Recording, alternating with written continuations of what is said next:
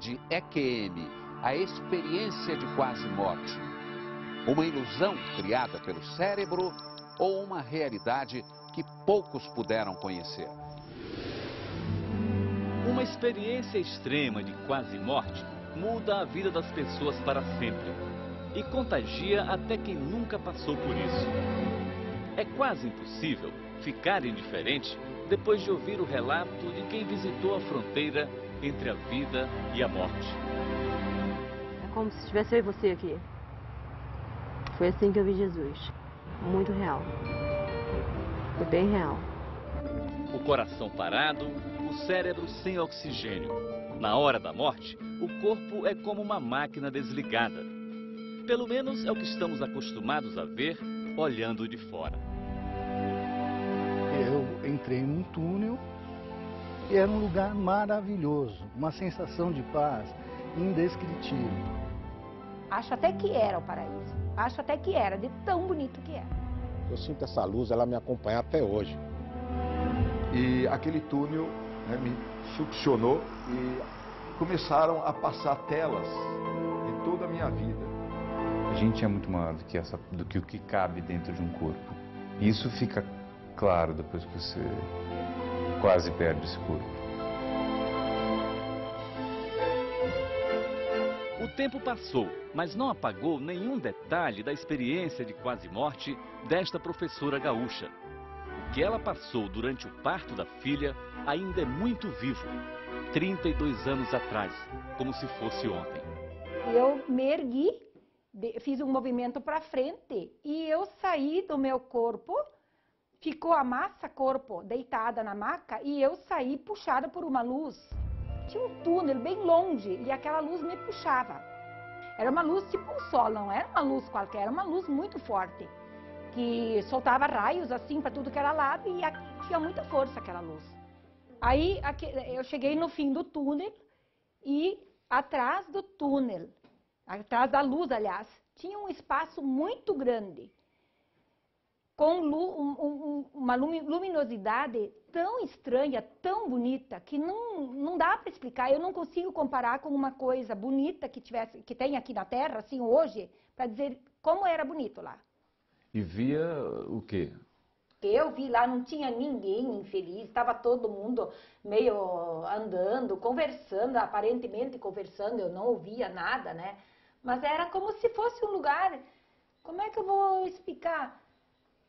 Eu não vou dizer paraíso porque eu não sei, mas uma coisa assim, que paraíso pra gente é aquele lugar lindo, né? Que tu quer ficar pra sempre. Era parecido com isso? Era parecidíssimo, se não era. Acho até que era o paraíso. Acho até que era, de tão bonito que era. Lindo. E atrás daquela luz, então, que saiu aquela voz, né? Que disse que eu era para voltar, que não era a hora de eu ir aí. Porque eu tinha que voltar, que eu tinha filhos para criar.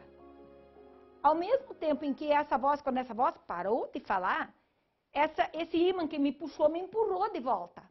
Me empurrou de volta. E do jeito que eu saí daquele corpo, da massa, corpo que ficou, eu voltei para dentro. Foi um parto de muito risco. Rita caiu da escada no 8º mês de gravidez. O bebê precisava ser retirado com fórceps, mas a mãe não queria. A hemorragia se agravou tanto que ela chegou a morrer, como contou depois a enfermeira que fazia parte da equipe médica. Ela começou a contar isso para mim, que eu tinha morrido, que eles acharam que eu tinha morrido, que eu fiquei sem pulso e que eles começaram a trabalhar em mim para ver se eu voltava de novo. E aí eu comecei a viver, né, a ter reagir, vida de novo, a reagir. E aí que eu comecei a pensar, então eu realmente morri. Quer dizer, semi-morri. Esteve lá, né? Fui até lá. É muito bom morrer, ser assim, é muito bom. Se for assim, olha, tranquilo. Até hoje, esse era um segredo, revelado agora não só para a família e os amigos de Santa Rosa, a cidade onde Rita mora no interior do Rio Grande do Sul. Mas aos 63 anos, ela acha que não precisa mais se preocupar com o que os outros vão pensar. Os detalhes eu não Não conhecimento até hoje. Está sabendo agora? Pela primeira vez? Muito detalhadamente, sim. Muita coisa. Não, por que tu vai contar? Porque o que as pessoas iam pensar? Ninguém ia acreditar em mim. Ou iam achar que eu estava delirando, que eu estava vagando, sei lá, viajando na maionese. Tendo alucinações. Alguma coisa nesse sentido, porque há 30 anos atrás não se contava essas coisas. Mesmo porque as mães ensinavam a gente que esse tipo de coisa não se contava, né? Nem para a mãe eu não contei. E hoje, quando a senhora conta essa história, o que a senhora sente lá no seu coração? Olha, até eu fico emocionada, porque, poxa, finalmente alguém me ouviu, né? Finalmente alguém conseguiu contar. Porque se realmente existe isso, que eu acredito firmemente que existe uma vida após a morte, depois do que eu vi, tenho certeza, não sei como é, mas deve ser muito bonito. Muito bonito é, porque isso eu consegui ver lá, né?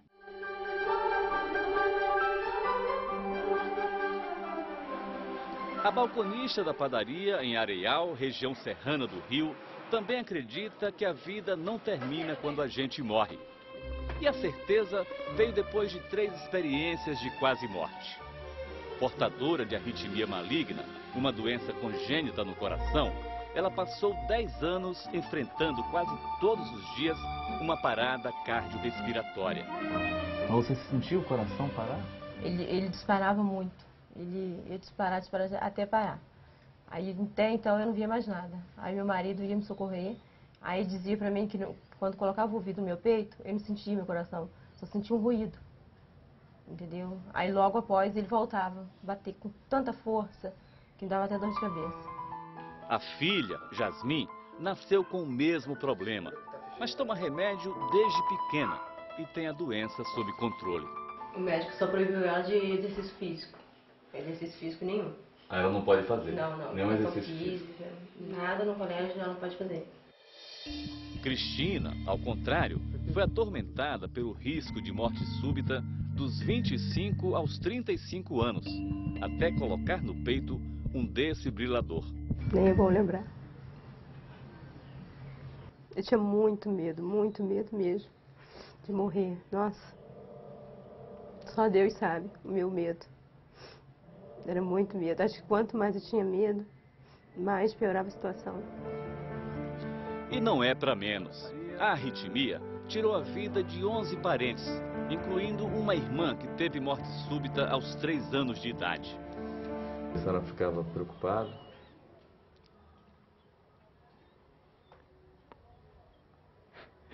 Eu já tinha perdido uma, eu não queria perder a outra.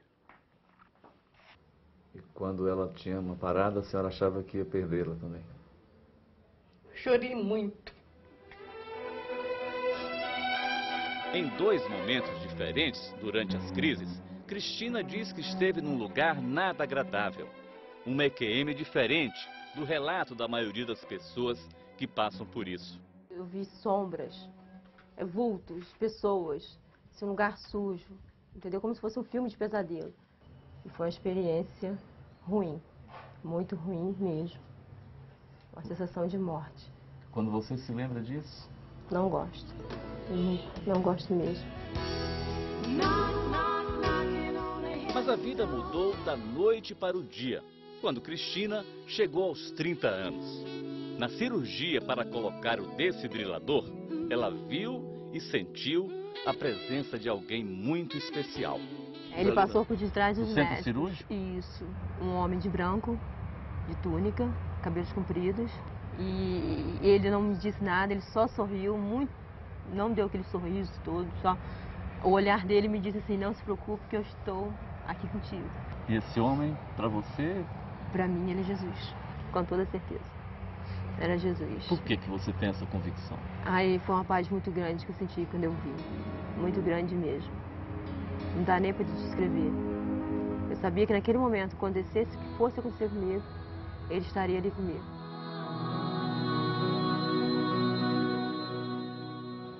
Encontros emocionantes fazem parte das experiências de quase morte, mas não aparecem em todos os relatos. O que está presente, na grande maioria das histórias, é a sensação de absoluto bem-estar. E ela é a mesma para quase todas as pessoas que vão até a fronteira entre a vida e a morte e voltam para contar como foi. Para Edival, a lembrança da conversa que teve com a mãe sempre acaba em choro. Ela estava morta havia 3 anos e ele, inconsciente, intoxicado com o gás do chuveiro. Eu entrei num túnel, né? Um túnel maravilhoso. O piso era como se tivesse uma plantação de trigo verde. E um odor daquela planta dama da noite. E eu fui caminhando em direção a uma névoa azul nesse túnel, né? E dessa névoa azul, do lado esquerdo, assim, parecia que tinha um grupo de pessoas que você não conseguia reconhecer. Minha mãe saiu desse grupo aí e veio ao meu encontro e começou a falar, olha, você tem que ir embora, aqui não é teu lugar, aqui não é teu lugar. Eu falei, mãe, isso aqui é maravilhoso, pô. Eu vou ficar por aqui, eu não quero voltar, não quero voltar. E ela insistiu algumas vezes, calma. Até que uma hora, ela era tipo daquelas italianas braba, você volta que você tem um filho para criar, não é teu lugar aqui, você volta imediatamente. Eu estava relutante em obedecer, mas ela foi tão incisiva que eu falei, bom, se eu não voltar eu apanho aqui, aí vai ficar ruim o negócio, né? Enquanto isso, a mulher e os vizinhos tentavam de tudo para reanimar o corpo de Edival. Eles precisaram arrombar a porta para me tirar daqui de dentro e tudo isso que aconteceu, eu via como se tivesse de cima. Como se não existisse paredes aqui, né? Eu via meu corpo caído no box, eu vi a hora que o pessoal me tirou de dentro do box, me levou para a cama, eu vi meu corpo, que eles estavam tentando reanimação, em cima da cama.